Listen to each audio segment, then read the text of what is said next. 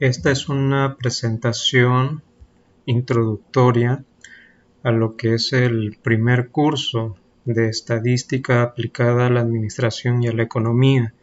En otras palabras, también se puede decir en otros programas de estudios a nivel licenciatura, ingeniería, estadística 1 y posteriormente existen programas de estudio de estadística 2.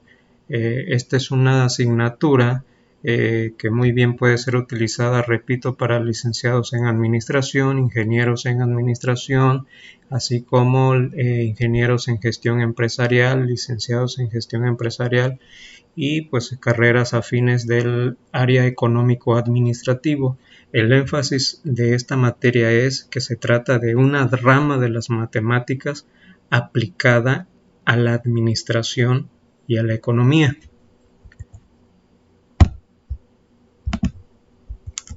Bueno, aquí hay una definición muy sencilla tomada del libro de estos tres autores, Anderson, Sweeney, Williams, Estadística para Administración y Economía. Ellos la definen como el arte y la ciencia de reunir datos, analizarlos, presentarlos e interpretarlos.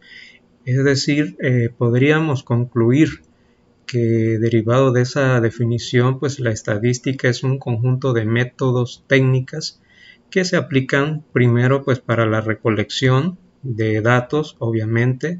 Una vez que se recolectaron, pues si son demasiados voluminosos, son demasiados datos, pues hay que organizarlos. Necesitamos presentarlos a través de diversas tablas de frecuencias que en su momento serán explicadas, así también como la parte medular, que es el análisis e interpretación de esos datos, es decir, procurar descubrir ciertos patrones, descubrir ciertos parámetros, conocer ciertos estadísticos que nos puedan dar algún indicio, alguna pauta para tomar una decisión. Bueno, ya me adelanté lo que es la toma de decisiones. Aquí en la parte abajo del libro de Anderson tenemos otros libros que también es muy importante también consultarlos. Todos en su mayoría son autores americanos, muy probados en mi experiencia. Pues bueno, todos cumplen con la calidad que se requiere para el aprendizaje de esta rama de las matemáticas. Bueno, datos y estadísticas. Algo que hay que aclarar aquí es que los datos es el principal insumo de la estadística. Sin ellos no podríamos hacer nada, ¿sí? Los datos vienen siendo la característica de algo que deseemos medir, contar, analizar, etc. Entonces, ¿qué es y para qué nos va a servir la estadística? La estadística es aquella parte de las matemáticas, como ya se ha mencionado, que se encarga del estudio de una determinada característica muy importante, ¿sí? De una población. Población en el sentido estadístico. Luego explico esa parte, recogiendo datos, organizándolos en tablas, representándolos gráficamente y analizándolos para sacar conclusiones y tomar una decisión. Nuevamente, pues hago énfasis en lo que es la recogida de datos, la organización en tablas, y aquí se le agrega un elemento más que es representación gráfica. En este curso de Estadística 1, pues se abordará lo que son las distintas formas de presentar la información, de representarla a través de gráficos de pastel, por citar un ejemplo, porque bien dicen por ahí que una imagen vale más que 1000 palabras. Y bueno, se recalca otra vez que lo importante aquí es tomar una decisión.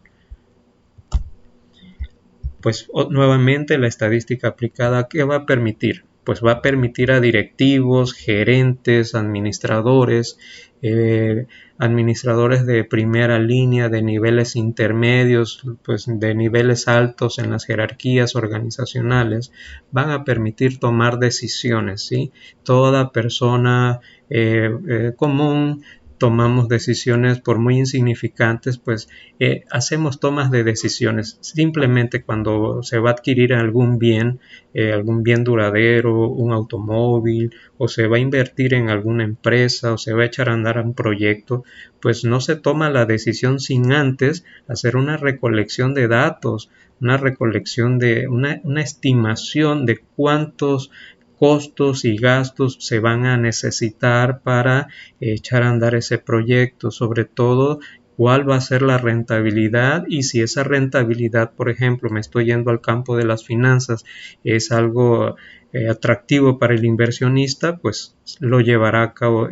De no ser así, pues bueno, optará por otro proyecto dentro de su amplia gama de portafolio de inversiones. Entonces, esto permite una mejor comprensión del negocio o entorno económico, permitiéndoles nuevamente a tomar mejores decisiones.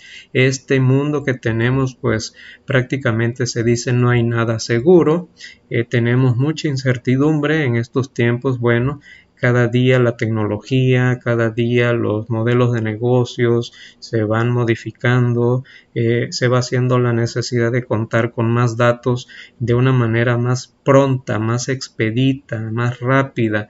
¿Para qué? Pues para poder aventajar a nuestra competencia. Entonces, también tenemos por ahí lo que son los riesgos. Tenemos que tener una base cuantitativa para poder nosotros tomar una decisión. Para que ese riesgo no es que va a desaparecer el riesgo, no. El riesgo siempre va a estar ahí. Simplemente lo que podemos hacer a través de la estadística es disminuir o aminorar esos riesgos. Por ahí también aparece el término certeza. Esa certeza, bueno, en los negocios pues es casi improbable, pero pues por eso a través de los datos buscamos acercarnos más a esa probabilidad de un 100%. Y pues ahí está el término probabilidad, que es lo más común en nuestro quehacer cotidiano, y así también como en las empresas. La probabilidad de que se tenga éxito o fracaso en lanzamiento de X producto es de tanto por ciento. La probabilidad de éxito de hacer una alianza con esta otra empresa es de X%. Entonces también eso nos va a ayudar a tomar decisiones no solamente de índole administrativo, sino económico también, y tomando en cuenta el entorno en el que la empresa se desenvuelve. Por aquí aparecen los datos. Es muy importante tener en cuenta que esos datos podemos clasificarlos en cuantitativos y cualitativos. Bueno, a manera así caricaturesco, pues bueno, para que se entienda, el personaje de la izquierda en la imagen superior derecha, pues bueno, dice interesante, solo una de entre 75 personas se atrevió. Es decir, el taquero está haciendo un análisis, y bueno, si dividimos 1 entre 75 nos va a dar por ahí una fracción decimal, que multiplicada por 100 pues nos va a dar un porcentaje. Entonces eso nos va a dar es un indicador de qué tan exitoso es la nueva receta de la taquería El Taco. Y por la parte derecha tenemos a alguien que pues pregunta y dígame cómo se sintió al ver los tacos gratis. Entonces está preguntando un sentimiento, es decir, bueno, la otra persona contesta, a decir verdad, emocionado y un poco asustado. ¿Por qué lo dice? Y bueno, ahí entran una serie de factores ya más cualitativos, es decir, son características que no van a ser representadas por datos, sino más bien por me sentí tranquilo, triste, enfadado.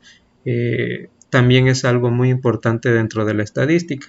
Y pues por acá en la parte inferior izquierda pues reafirmamos esa parte cualitativa. Esto está genial, me encanta, repito, son datos cualitativos y los cuantitativos.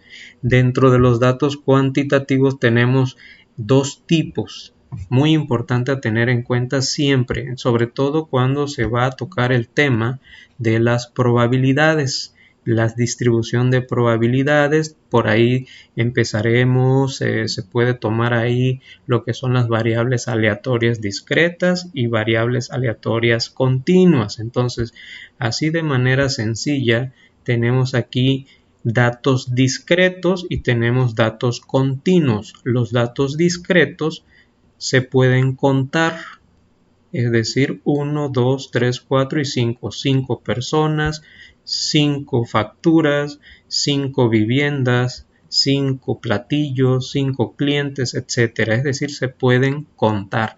Y por el otro lado tenemos datos continuos, es decir, una serie de datos que van a tomar valores dentro de una recta.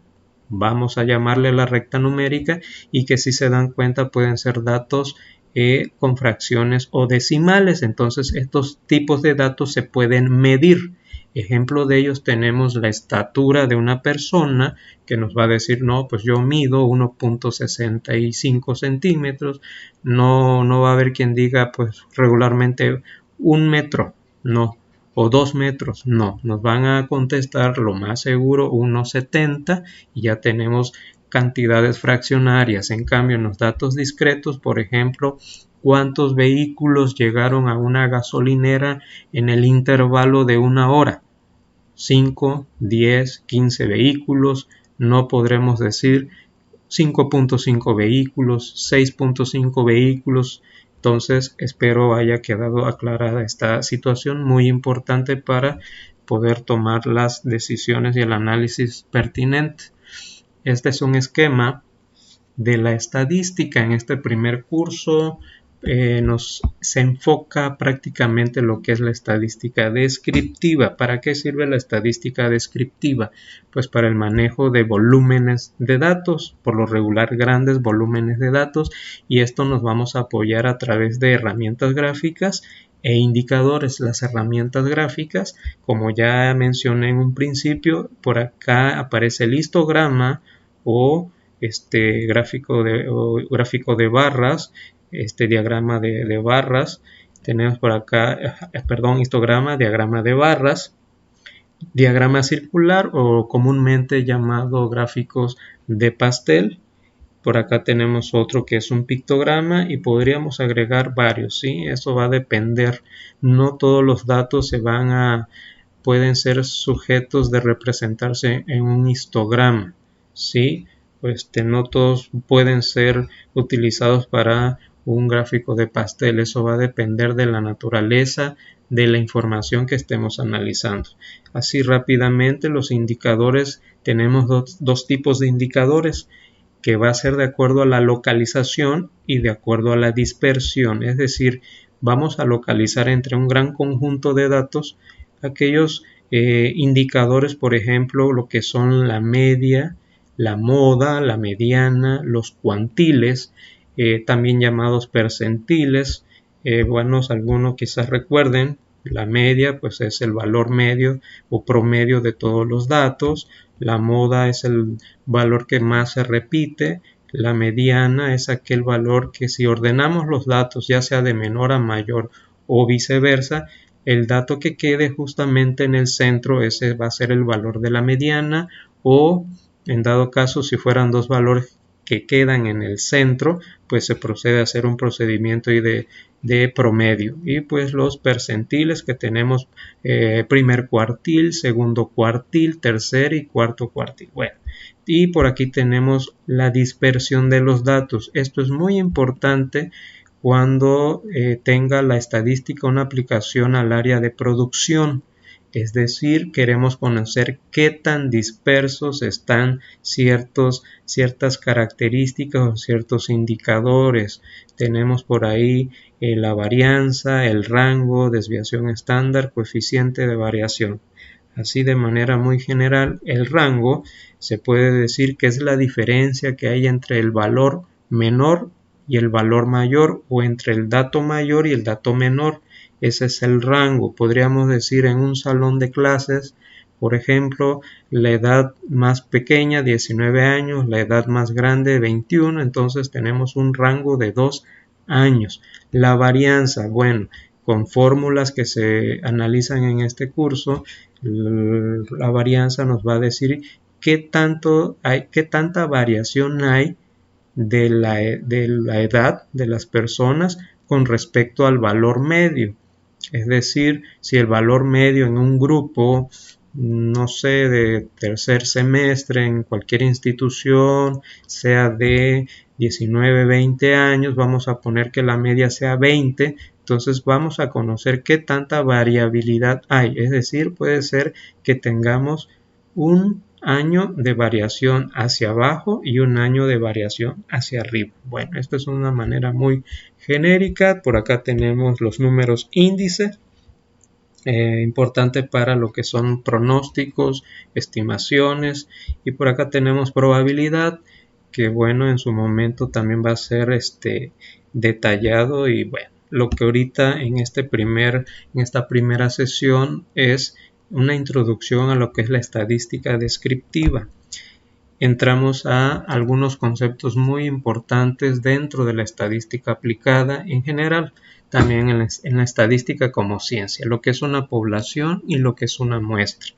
Gráficamente la población tenemos aquí, tenemos pues un conjunto de viviendas, de chozas, de cabañas, etcétera, y de esas números de casas obtenemos 2 y esas 2 vienen siendo nuestra muestra. Lo que tenemos aquí en este gráfico de la derecha es la misma situación, tenemos la población y de esa población extraemos un subconjunto de elementos que poseen características comunes y por lo tanto se les puede denominar una muestra. Una muestra es algo representativo de la población. En este caso, muchos pueden malinterpretar el término población de una manera de que se vaya a pensar de que son personas. No es así en el pensamiento estadístico. En el pensamiento estadístico, una población, repito, pueden ser personas, pueden ser objetos, pueden ser facturas, pueden ser clientes, pueden ser productos defectuosos, productos de X línea de producción en un intervalo de tiempo, de un turno en específico. Puede tomar diversas situaciones dependiendo la necesidad del administrador, del investigador, de la persona que vaya a hacer algún estudio, un diagnóstico, una consultoría, determinar bien qué va a tomar como población y cómo va a obtener la muestra. Para ello pues existen fórmulas, toda una serie de técnicas de muestreo, que bueno, esos son ya temas de otras unidades, de otros cursos más profundos. Entonces, esperando quede aclarada la diferencia que hay entre una población y una muestra. Bueno, en este caso nos lleva ya a definir o a establecer la clasificación de la estadística. La estadística la dividimos en estadística descriptiva y estadística inferencial. La estadística descriptiva, como bien está en este recuadro, nos vamos a ayudar de datos muestrales, es decir, por lo regular siempre, por lo general se va a estar trabajando con muestras. En un momento diré por qué.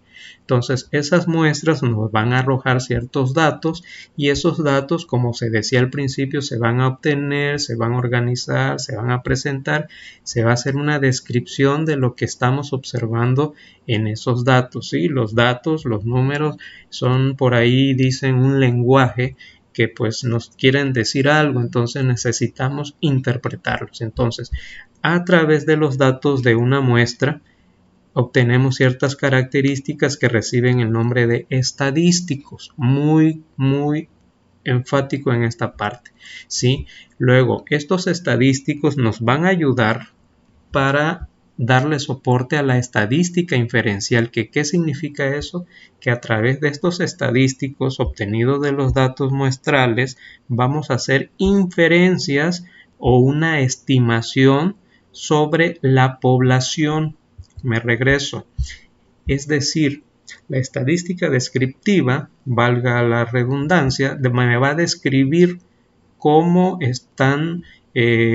se comportan ciertos datos en esta muestra.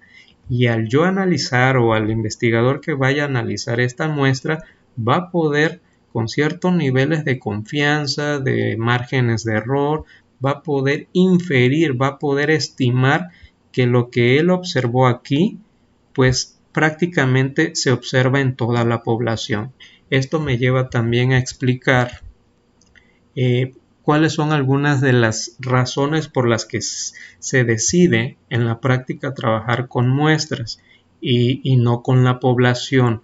Una de las limitantes pues es el factor tiempo, ¿sí? Si queremos conocer qué demanda va a tener el tal producto en una empresa, entonces creo que si queremos encuestar a toda la población de una región nos va a consumir demasiado tiempo y ya saben que los mercados, los negocios, pues un factor muy importante es el tiempo. Entonces no será necesario, no será viable poder trabajar con todos los clientes potenciales, así que mediante técnicas de muestreos, marcos muestrales, vamos a obtener una lista de los clientes potenciales y a partir de ahí escoger una pequeña muestra, la que más se ajuste a nuestras necesidades. Otra limitante pues también obviamente el recurso económico. El encuestar hoy en día ya no se vale de papel para hacer encuestas. Hoy en día contamos con diversas herramientas en redes sociales, Facebook, se pueden hacer encuestas por WhatsApp, encuestas en línea, entonces puede ser que no esté a la disponibilidad de la micro, pequeña empresa hacer todo ese movimiento digital, entonces nos vamos a ver limitados. En ese caso, otro factor limitante, el recurso, la mano de obra, el personal que se requiera para llevar a cabo ese gran estudio y por lo tanto, pues vamos a optar por trabajar con muestras. De manera general, esas son las limitantes que nos pueden llevar y pueden haber por ahí otras más. Diversos autores contemplan más. Básicamente esas son las que se dan y las que dan sustento al poder trabajar o decidir con muestras que nos van a ayudar a inferir en las poblaciones. Algunas aplicaciones de la estadística, en este caso pues en la parte tenemos un gráfico de control comúnmente llamado límites de control. Tenemos en una banda, prácticamente es una banda, líneas horizontales rojas, tenemos un límite inferior y un límite superior. La franja amarilla prácticamente viene siendo como la media del proceso y los puntitos que tenemos aquí dispersos y de una manera también unidos como un gráfico de dispersión, pues pueden ser los registros de cierta producción, de cierta línea de producción. Entonces observamos que la producción se encuentra de los márgenes aceptables, ¿sí? Entonces, algo que puedo enfatizar ahorita es que los procesos de producción no son, por lo regular van a tener siempre una variabilidad, ya sea por la maquinaria, sea por la mano de obra, materia prima, y diversos factores que bueno, en su momento cuando se trabajen en materias de administración de la producción, ingeniería de producto, entonces control estadístico de procesos, la estadística aquí cumple un papel muy fundamental. Por acá tenemos la parte contable, hoy en día pues ya Secretaría de Hacienda, el SAT aquí en México pues utiliza facturas electrónicas ya de una manera rápida. Cuando una empresa emite una factura pues inmediatamente el SAT recibe ya toda la información necesaria y todo se va a la nube, ¿sí? Entonces aquí se manejan grandes cantidades de datos, instituciones educativas, empresas prácticamente ya están manejando sus bases de datos en la nube, ¿sí? Y esto conlleva pues ahorro en recursos, en equipos, en un sinfín de elementos. Y por acá tenemos lo que es un sistema de modelación de producción que se llama ProModel.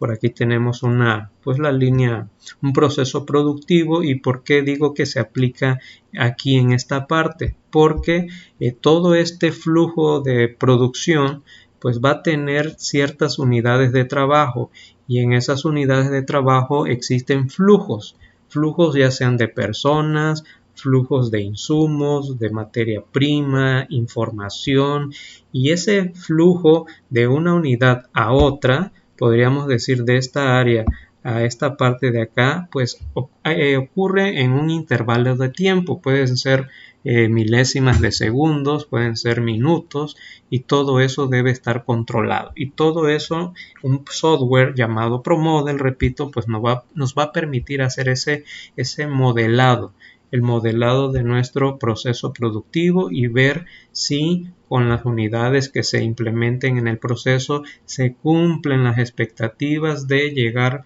a la producción pronosticada de acuerdo a la demanda analizada. Y por acá tenemos, pues bueno, el AMAI. El AMAI, ¿qué es el AMAI? Es la Asociación Mexicana de Agencias de Investigaciones de Mercado. Entonces, esa es otra gran aplicación en el marketing, la mercadotecnia. Las empresas pues a veces contratan consultores para que se les realicen investigaciones o sondeos de mercados o estudios de mercado, y pues una gran base de datos que tenemos disponible también para hacer estudios de manera socioeconómica, pues es el INEGI. Entonces también aquí estamos viendo diferentes fuentes de obtención de información. Bueno, para cerrar esta pequeña sesión, este pequeño caso práctico, y empezar a trabajar con los temas de población, lo que es una muestra, lo que es un objetivo de estudio, y sobre todo un caso práctico aplicado en este caso a diagnosticar el clima organizacional de X empresa. Bueno, aquí nos menciona que finalizando el año, pues una plantilla empresarial se compone de la siguiente manera, y lo tenemos en esta tabla. Esta tabla pues está acomodada por antigüedad en dos categorías: hasta 3 años, es decir, personal de 3 años para abajo de nuevo ingreso, y mayor a 3 años, personal que pues obviamente ya tiene más tiempo laborando en la empresa. Y por rangos de edades tenemos la categoría de 18 a 25 años, y podríamos decir que son jóvenes. Si fuera esto una plantilla laboral de profesionistas, pues prácticamente estaríamos viendo quizás que son pasantes, estudiantes o recién egresados, y mayores a 25 años. Entonces, esta tablita, como se mencionaba al principio, es una forma de representar visualmente, una forma de organizar la información de tal manera que se pueda visualizar, distinguir y hacer posibles análisis y estudios. Entonces tenemos aquí las cantidades, son tablas de doble entrada, recibe diversos nombres. En este caso tenemos 50 personas que son, por decir, recién ingreso. Tenemos 44 personas que ya tienen una mayor antigüedad de 3 años, mayor a 3 años, y un total de 94 personas. Bueno, con base en esta información se contrata a un despacho que quiere pues que realice el clima, el diagnóstico. Entonces la primera interrogante es: ¿cuál es la población de interés para realizar el diagnóstico del clima organizacional? Bueno, aquí, siendo estrictos, podríamos, dependiendo de las necesidades de información, del alcance que querramos tener en el estudio, en este caso, podemos contemplar la población total de tanto personas de hasta 3 años y mayor a 3 años. Podríamos decir que nuestra población de estudio son 94 personas. Sin embargo, también podríamos tomar otros criterios y decir, bueno, yo quiero conocer el clima organizacional, pero solo en el personal de nuevo ingreso. Entonces, mi población para este caso yo optaría por 50 personas, o caso contrario, quiero nada más diagnosticar al personal que lleva más de 3 años y que por ahí a lo mejor nos pudieran dar mejores resultados. ¿Por qué? Porque son personas que ya llevan más tiempo laborando, tienen más experiencias, han quizás tenido mayores interacciones, problemas resueltos, o inclusive ciertas frustraciones que personal de nuevo ingreso probablemente todavía no lo haya experimentado. Lo podrá escuchar, pero vivir es otra situación muy distinta. Por lo tanto, va a depender en este caso. Cualquiera de las opciones que optemos, 50, 44 o 94, puede acomodarse a la población de acuerdo a nuestras necesidades. El inciso B nos dice de qué tamaño es la población. Aquí sí nos pregunta ya de toda la población de la empresa, pues son 94 trabajadores o empleados. Inciso C, si se decidiera realizar el estudio basado en un censo. Ok, sabemos que el censo pues es prácticamente la totalidad de los elementos o sujetos de estudio. Concluiríamos aquí que el censo tendría que abarcar a los 94 empleados. Por último, si para disminuir el costo y el tiempo del estudio se realizaran entrevistas a un grupo de 10 empleados, ojo, en este caso estamos usando una muestra, ¿cómo propondrías que debiera estar conformada esta muestra? Entonces, ese número de 10 personas, en este caso, está tomado así, de manera muy práctica. Entonces, ¿cómo sería una forma de dividir 10 empleados? Podríamos decir 5 que estén conformados por mayores a 3 años y 5 que tengan hasta 3 años. O pueden ser de otras formas también que abarque las distintas categorías de 18 a 25 años, o repito, quiero investigar más a la gente adulta y sobre todo a la gente que está más de 3 años trabajando en X empresa, pues yo tomaría estos 26 como una población. También puede ser válido y de esos 26 escoger a 10 personas. Entonces, si nos damos cuenta, no hay una regla que me diga que la población debe ser tal cantidad. No, eso va a depender de la situación, de las necesidades, del contexto de la empresa y de lo que se requiera o de las metas del estudio.